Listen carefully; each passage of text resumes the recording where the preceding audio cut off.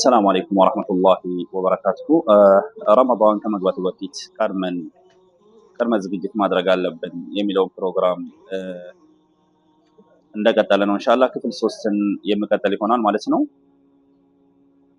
በባለፈው ቪዲዮ ላይ ያቆምኩት አላህ Subhanahu Wa Ta'ala ከኛ ትክክለኛ የሆነ ምስጋና ይፈልጋል። ከአፍ በዘለለ የተግባር ምስጋና ይፈልጋል።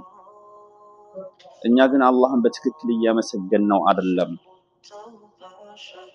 እኛ አልহামዱሊላህ እዚህ ሀገር ላይ ያለን ሰዎች እዚህ ግሩፕ ላይ ያለን ሰዎች ማለት ነው ነገ ምን ልብላ ብለን እንጨነቃለን ወይም ዛሬ ምን ብላው አተን የተራብን አለን አበደን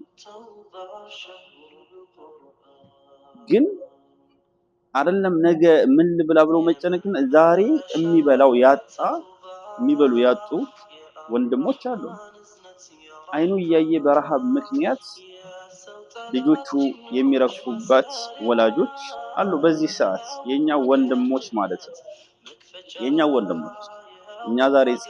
ጠግበን አላህን በመናምጽበት ሰዓት ማለት ነው ይሄን ነገር እስኪ ወደ ራስህ አንጣው እስኪ ቆም ብለህ ወደ ራስህ አቁመው ቪዲዮውን አቁመውና ለአንድ ደቂቃ እስኪ ወደ ራስህ እስኪ አንጣው አንተ ልጅህ ተርቦ በረሃብ ሊሞት እያለ አንተ አላህን ለማመጽ ትሄዳለህ ወንጀል ለመስራት በቃ ማንኛውም ወንጀል ማለት አላህን የሚያስቆጥ ዚና ለመስራት ትሄዳለህ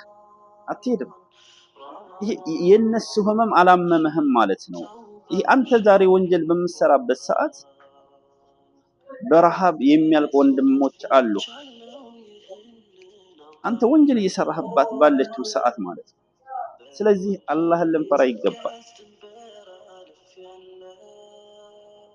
ይሄ በጣም ከባድ ነው ያለ መታደል ሆኖ ማለት ነው ነገሩ ምንም ሳናሽ ሆኖ ማለት ነው እዚህ ሀገር ላይ አላህን የበለጠ የሚያምጹት አላህ ኑሮን ያመቻችላቸው ሰዎች ናቸው ጥሩ ስራ ላይ ያሉ ሰዎች ሹፌሮች ይሄ አላህ ሰርተህ እንድትለወጥ ነው ይሄን የሰጠህ መኪና ያስከው ኮሮላ ያስከው ኤሌንትራ አላህ ሰርተህ እንድትለወጥ ነው እንጂ የዚና መሸጋገሪያ ሰበብ ልታደርገው አይደለም እኔ ይቅርታ አድርጉልኝ እዚህ ግሩፕ ላይ ያላችሁ ሰው እየወነጀልኩኝ አይደለም ግን በብዛት እውነት ከተነጋገርን ዚናን በተመለከተ እነማን ናቸው ይሰራሉ የሚባለው እዛ ሀገር ላይ ሁሉም ስራ ላይ ያለ ሊሰራ ይችላል በብዛት ግን ሹፌሮች ናቸው በዙሪያ ፕሮግራም ሰርቻለሁ ኢትዮጵያ ላይ ልክ የባጃጅ ሹፌሮች እንደሚባሉት ማለት ነው ሁሉም ባይሆኑ ማለት ነው ስማቸው በዛ መልኩ እንደሚነሳ እዛ ሀገር ደግሞ መሻወር የሚሰሩ ሹፌሮች ሰዋቆች ናቸው በዚህ ነገር ስማቸው የሚነሳው ማለት ነው ስለዚህ አላህን አንመጸው አላህን ባመቻቸልን ኒዕማ አንመጸው አላህን በትክክል እናመስግነው